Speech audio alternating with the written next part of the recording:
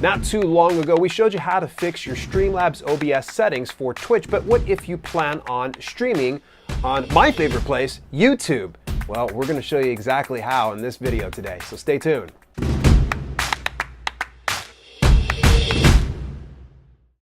Welcome to Live Streaming Tech, where we show you how to live stream like a pro with technology you should know. Before we jump into the content of today's video, where do you prefer to stream? Twitch or YouTube? And also, what type of content will you be streaming? Drop your thoughts in the comments down below. Not too long ago, we did share a little bit about how to set up Streamlabs OBS for streaming on Twitch, but how do you do it on YouTube? Is it the same, or do we need to take other things into account? Well, I'm going to allow my brother to take over from here, so you got it, Walt.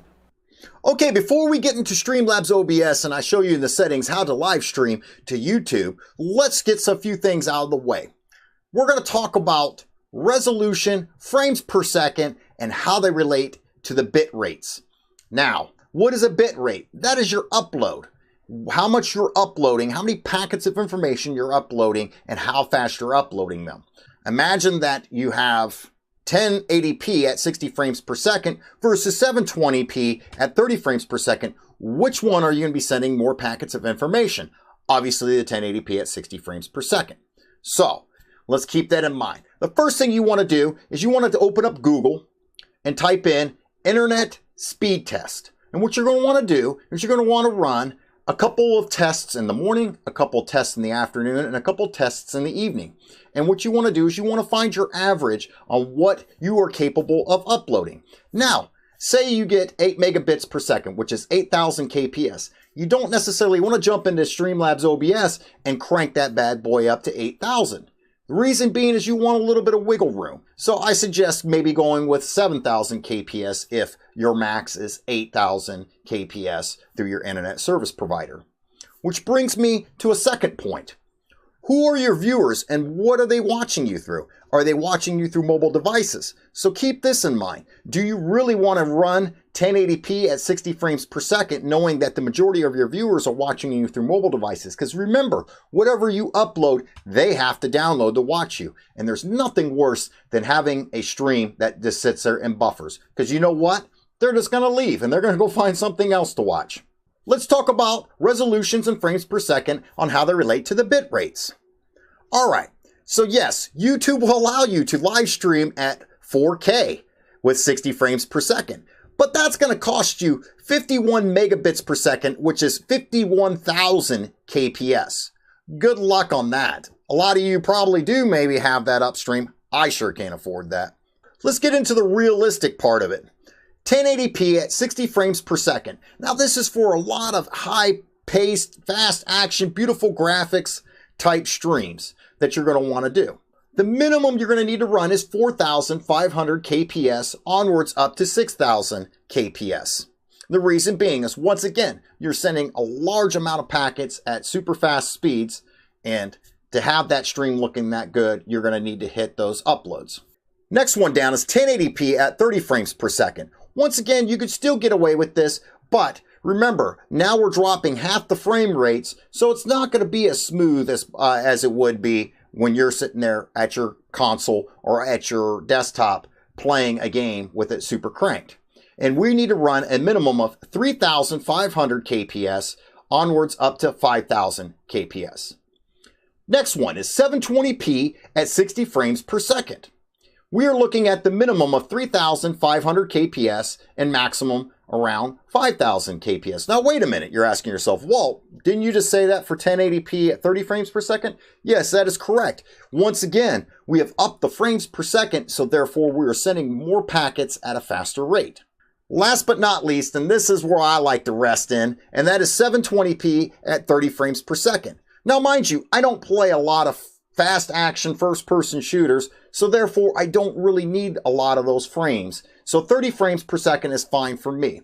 And those minimums are 2,500 kps with a max around 4,000 kps.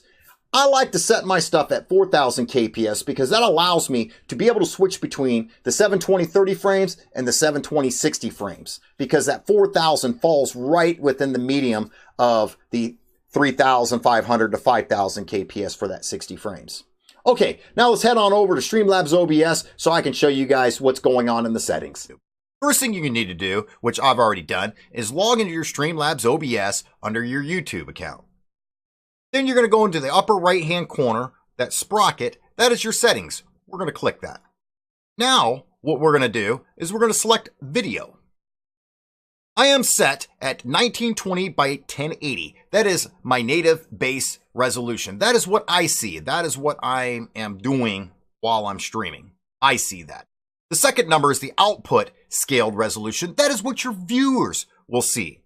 So it is currently set to 1280 by 720. Let's go ahead and change that. We're going to play a first-person shooter. Let's bump it up so they can see what I see. So now we have 1920 by 1080. Now our viewers see exactly what we're seeing. However, we're going to play a first-person shooter. There's going to be a lot of fast-paced action. Let's go ahead and take that common frames per second value and bump it up to 60. Last but not least, let's get into the output. Make sure your output mode is selected to advanced. Scroll down. Make sure your rate control is set to CBR. That stands for constant bit rate.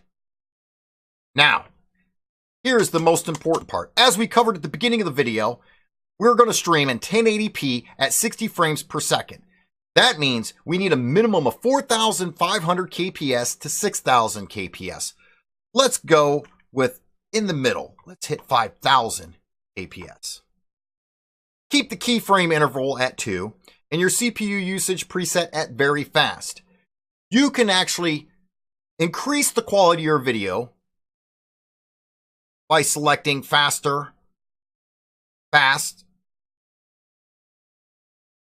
medium, or slow. However, this is going to use more CPU usage. I find very fast is the way to go. And if you have, say, a computer that isn't as powerful, you might even want to bump it up to super fast. We're sticking with very fast. Hit done. Then you click your go live. You're on YouTube live streaming. Now that you know how to dial in all your settings for streaming on YouTube through Streamlabs OBS, what do you do when you get there? So we're going to show you how to actually set up a Streamlabs account in this next video. So you just head on over there. We'll see you there. Go back and view how many people have visited you and how long they stayed in the stream. You can also set up a merchandise store, which this is actually